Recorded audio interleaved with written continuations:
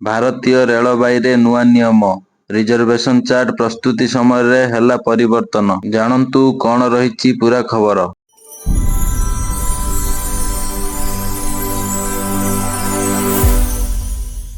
ଭାରତୀୟ ରେଳବାଇ ଯାତ୍ରୀଙ୍କ ସୁବିଧା ପାଇଁ ରିଜର୍ଭେସନ ଚାର୍ଟ ସମୟର ପରିବର୍ତ୍ତନ ଆଣିଛି। ଏହି ନୂଆ ନିୟମ ଅନୁଯାୟୀ ଯାତ୍ରୀମାନେ ଟ୍ରେନ୍ ଛାଡ଼ିବା ପୂର୍ବରୁ ଅଧିକ ସମୟ ପାଇଁ ସେମାନଙ୍କ ସିଟ୍ କନଫର୍ମ ହେବ କି ନାହିଁ ଚେକ୍ କରିପାରିବେ। ଜାରି ହୋଇଥିବା ନୂଆ ସମୟସୂଚୀ ଅନୁସାରେ ସକାଳ 5ଟାରୁ ଦିନ 2ଟା ମଧ୍ୟରେ ଛାଡୁଥିବା ଟ୍ରେନ୍ ପାଇଁ ପ୍ରଥମ ଚାର୍ଟଟି ପୂର୍ବ ଦିନ ରାତି 9ଟା ସୁଦ୍ଧା ପ୍ରସ୍ତୁତି ହେବ। ସେହିଭଳି ଅନ୍ୟ ସମୟରେ ଛାଡୁଥିବା ଟ୍ରେନ୍‌ଗୁଡ଼ିକ ପାଇଁ ଟ୍ରେନ୍ ଛାଡ଼ିବାର ଅତି କମରେ 8 ଘଣ୍ଟା ପୂର୍ବରୁ ଚାର୍ଟ ପ୍ରସ୍ତୁତି ହେବ। ତେବେ ରେଳବାଇ ବିଭାଗର ଏହି ନୂଆ ନିଷ୍ପତ୍ତି ଦ୍ୱାରା ଯାତ୍ରୀମାନେ ୱେଟିଂ କିମ୍ବା ଆର୍ଏସି ଟିକେଟର ସ୍ଥିତି ଆଗୁଆ ଜାଣିବାରେ ସହାୟକ ହେବେ। ସେହିଭଳି ବିକଳ୍ପ ଯୋଜନା ପାଇଁ ମଧ୍ୟ ଯାତ୍ରୀମାନଙ୍କ ପାଇଁ ଅଧିକ ସମୟ ମିଳିବ। ଏହା ସହ ଟ୍ରେନ୍ ବୁକ୍ ହେବା ପରେ ଯଦି ବଳକା ଥିବା ଖାଲି ସିଟ୍ ଥାଏ ତେବେ ତାର କରେଣ୍ଟ ବୁକିଂ କରିବାର ସୁଯୋଗ ମିଳିବ। ତେବେ ଏହା କିପରି ଚେକ୍ କରିପାରିବେ ଆସନ୍ତୁ ଦେଖିବା। ଆଉ ଯଦି ଏପର୍ଯ୍ୟନ୍ତ ଭିଡିଓ ଦେଖୁଥାନ୍ତି ତେବେ ଆମ ସହ ଯୋଡ଼ି ହେବା ପାଇଁ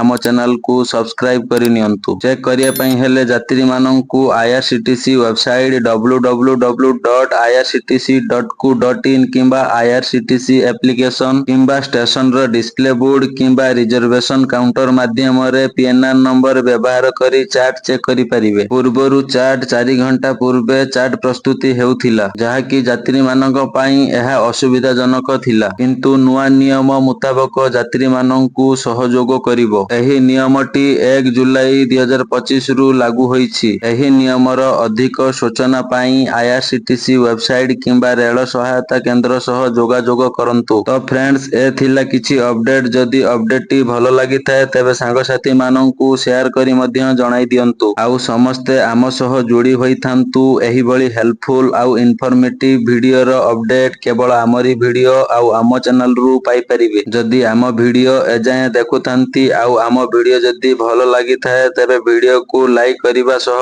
ଆଉ ଯଦି ଆମ ଚ୍ୟାନେଲକୁ ଏଯାଏଁ ସବସ୍କ୍ରାଇବ କରିନାହାନ୍ତି ତେବେ ଚ୍ୟାନେଲକୁ ମଧ୍ୟ ସବସ୍କ୍ରାଇବ କରିନିଅନ୍ତୁ।